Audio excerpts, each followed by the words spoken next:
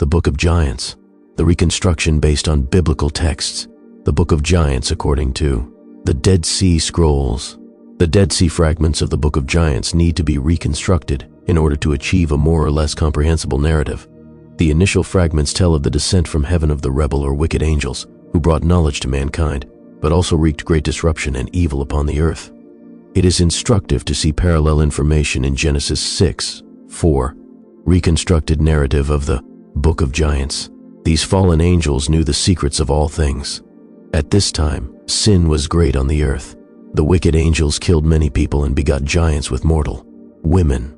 The wicked former angels consumed everything that the earth produced, the great fish, the birds in the sky, all the fruit of the earth, all kinds of grain, the fruit of the trees, even beasts and reptiles they committed sin against. All the creeping things of the earth, they observed and watched all earthly things. They performed every harsh deed with harsh utterance upon male and female creation and upon humanity itself.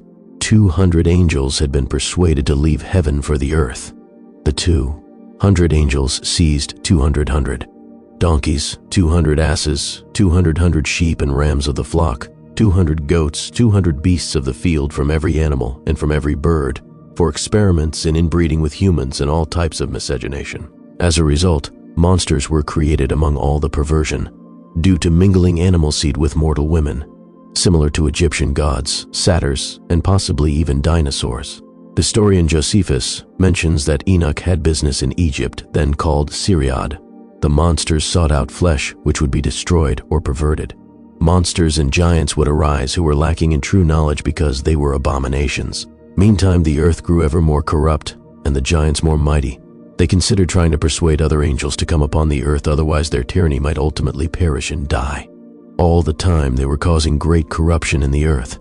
If this aim did not suffice to perpetuate them, they would be finally destroyed, they believed. The fallen ones defiled all creation, and begot giants and monstrous creatures, and corrupted all the earth, which was defiled by bloodshedding at the hands of the giants. But this did not suffice them, and they were seeking all the time to devour and destroy much more. The monsters attacked all creation. The giants are now troubled with portentous dreams, and Mahi reports his dream to the rest of the giants. Apparently he sees a tablet inscribed with several names immersed in water, which only has 3 names remaining when it emerges. The usual interpretation is that this symbolizes the death of all on earth except Noah and his sons. The story continues. Mahi reported that men drenched the tablet in water so that it was covered.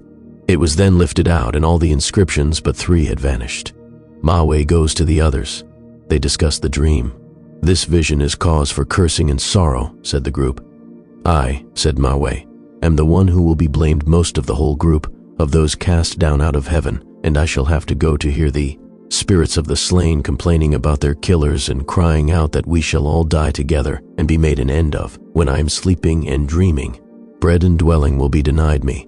So, troubled with this vision, the monsters entered into the gathering of the giants. Then Oya spoke without trembling to Mahi, "Who showed you all this vision?"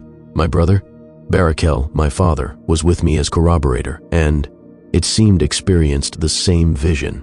But before Mahi had finished telling what he had seen in his dream, Oya said to him, "Now I have heard wonders.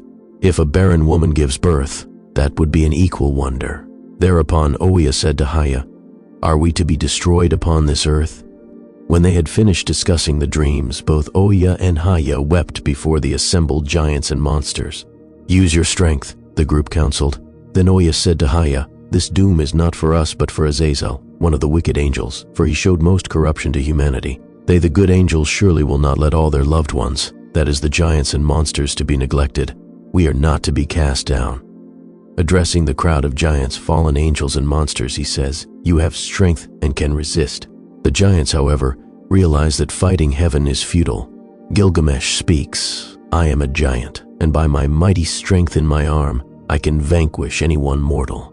I have made war with them mortals in the past, but I am not now able to stand against my opponents who reside in heaven and dwell in holy places. And not only this, but they are in fact stronger than I am. The day of the ravening wild beasts has come, and that of the wild man as I am known." Then Oya said to him, "I have been forced to have a dream. The sleep of my eyes vanished so that I could see a vision. Now I know that on the field of battle we cannot win." Gilgamesh, note, Oya describes his vision. I saw a tree uprooted except for 3 of its roots. While I was as it were watching, some beings, good angels, moved all the roots into this garden, but not the 3. The interpretation of this dream is similar to that of the earlier one. This dream vision concerns the death of our souls, said Oya, and those of Gilgamesh and all his companions. However, Gilgamesh said to me that all the forebodings concerned only the rulers of earth, the temporal, powerful ones, whom the leader of the good angels has cursed. The giants were glad at his words. Then Oya turned and left the assembly. There are more dreams, the import of which is hostile to the giants. The dreamers report to the monsters and then to the giants. After this, 2 of them had visions. They were unable to sleep, and they came to their comrades and told their dreams to the assembly, their comrades, the monsters.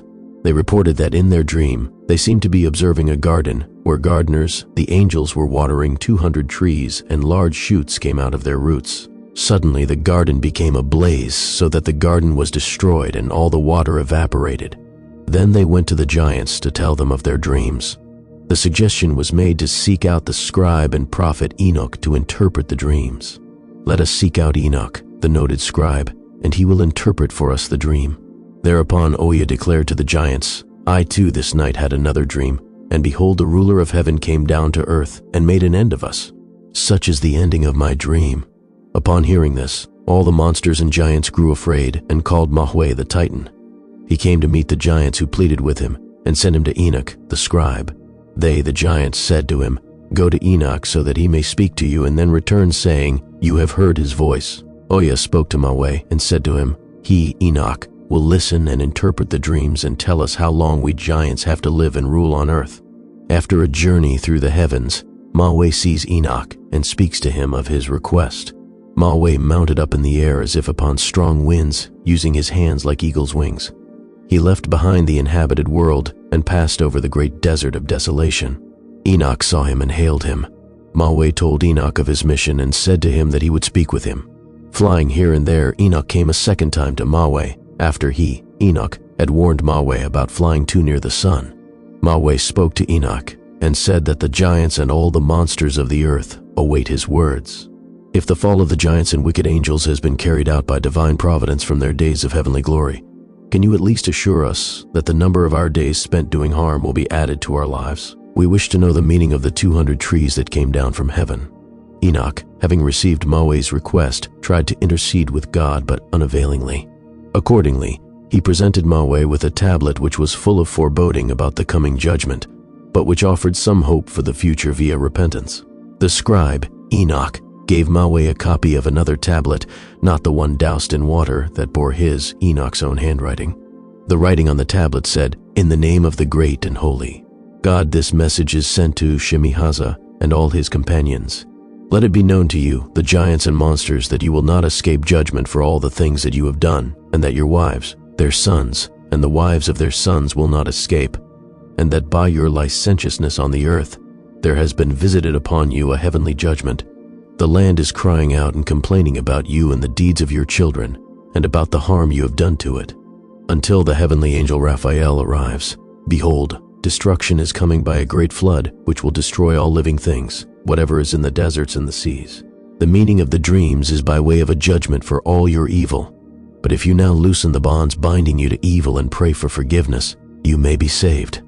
Raphael is an angel sent by God to fight against evil, and especially Azazel. Enoch, it appears, also saw a vision at some point.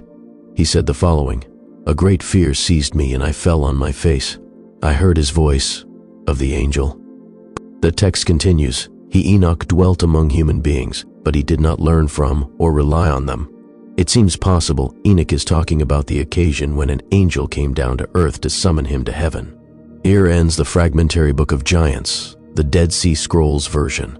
It would be instructive here to look at relevant passages from the Book of Enoch, especially the section on the Watchers, where we are told of the corrupting influence of the fallen angels, giving humanity, especially female, forbidden and arcane knowledge. Many of the women were made pregnant by the evidently polymorphous angels. The story of the giants is easier to follow in the Book of Enoch than in the very fragmented Dead Sea Scrolls version. Obviously, much is lost of the latter version, beginning and end, as well as throughout the narrative. According to the Book of Enoch, in the Watchers section, Enoch explains that the 200 trees represent the 200 watchers, the angels who betrayed their trust, and that the felling of their trunks signifies their coming destruction by fire and flood. In another part of the book, we are told that Mahi in his flight narrowly escaped being burnt by the sun by means of Enoch's warning. The 3 names remaining on the tablet in the first dream reported symbolize the destruction of all creatures, except Noah and his 2 sons, as mentioned. Purpose of the writing of the books of giants.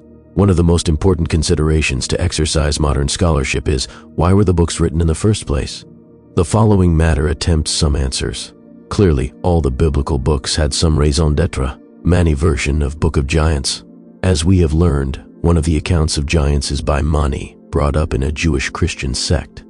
As the founder of a new heretical religion, Mahi wished to attract attention by writing several scriptures, most now lost. The Book of Giants was probably his most prominent work, composed in the dominant tongue of the area, Aramaic. He wrote hoping that his doctrines would be preserved, and partly to this end, drew on other major faiths to bolster credence in him and his teachings. One of the main themes of ancient religious thought and writings was that of the existence of giants and their battles. This echoes Greek mythology.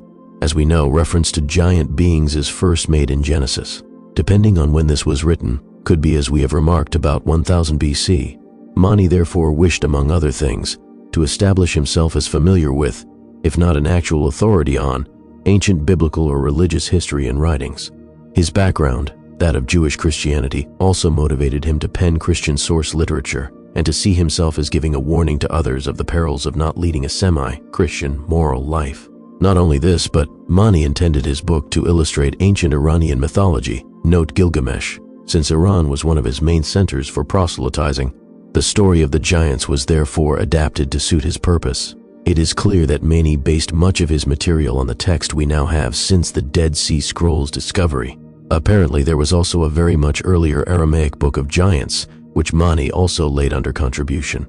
Though these early stories of giants may be regarded as history, Mahi's intention was to give his version a decidedly sectarian flavor.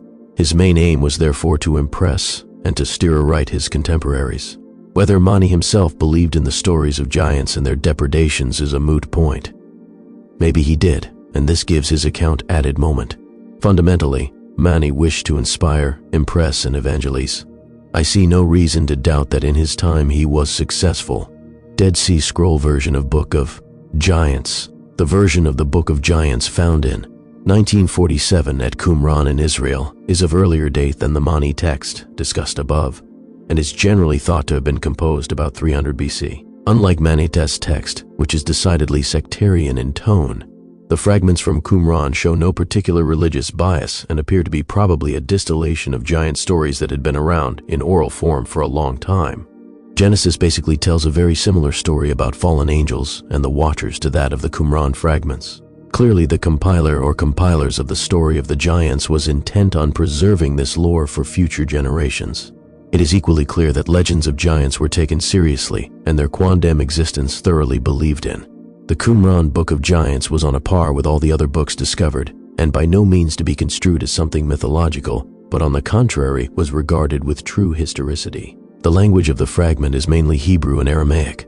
Details differ in the 2 versions. Both, however, agree on what might be regarded as the main feature, that some angels descended to earth who and were allured by the beauty of mortal women, by whom they produced beings that grew up as giants.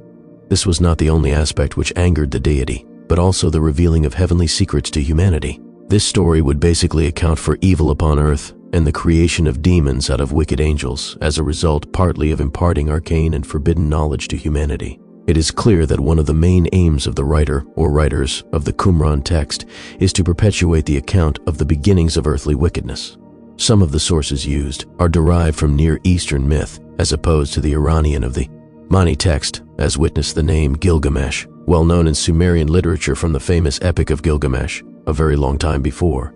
The compiler was obviously well aware of these myths and thought them worth being given a modern, for that time, setting. The composition of the work rules out a Christian context, as it appears to be a BC construct. It was probably produced by a Jewish scholar who believed the story of the fate of the giants was perhaps a salutary one, defining or reinforcing the then historical context. Perhaps in the concluding section we should attempt to put the scrolls, or at least the copying of them, in perspective. It is generally believed that the scrolls found at Qumran were the work of a Jewish sect called the Essenes, who flourished c. 150 B.C. to 70 AD, when the temple at Jerusalem was destroyed by the Romans. The dates are approximate. The sect may very well have existed before the date of 150 BC. We still do not know much about them. It was a time of Roman domination for the Jews, and the Essenes may have tried to escape the worst aspects of the Roman persecution by fleeing to the area of the Dead Sea. Undoubtedly, the underlying motive for the establishment of the sect in the desert hills was that the followers of the sect wished to practice their own brand of the Jewish faith away from the dictates of the priesthood in Jerusalem. They wished to live by their own rules and principles, believing that their way was the true one. They spent much of their time in asceticism, devotion, and living according to the roles and rituals laid down in their own holy book. It seems that much of their time also was spent in writing or copying ancient manuscripts, for example, all of the Old Testament texts, except Esther. They clearly wished to preserve these, and at the same time to put their own gloss on the stories. A central tenet of their belief was messianic, belief in the coming of a righteous one. Some of the scrolls at Qumran date from circa 400 BC or earlier, if not written by the sect itself. Modern research suggests that the scrolls were not all written or copied at Qumran, but that some were imported to place in safe hideaways to keep them from enemies such as the Romans or mainline Jewish hierarchy who might not approve of Essene interpretation. Apart from throwing light on Jewish affairs at this time, it is possible to suggest the scrolls reflect a type of nascent Christian thought. As with the New Testament, the scrolls indicate a messianic expectation based on a dualistic concept of the last day, when good and evil will be weighed in the balance.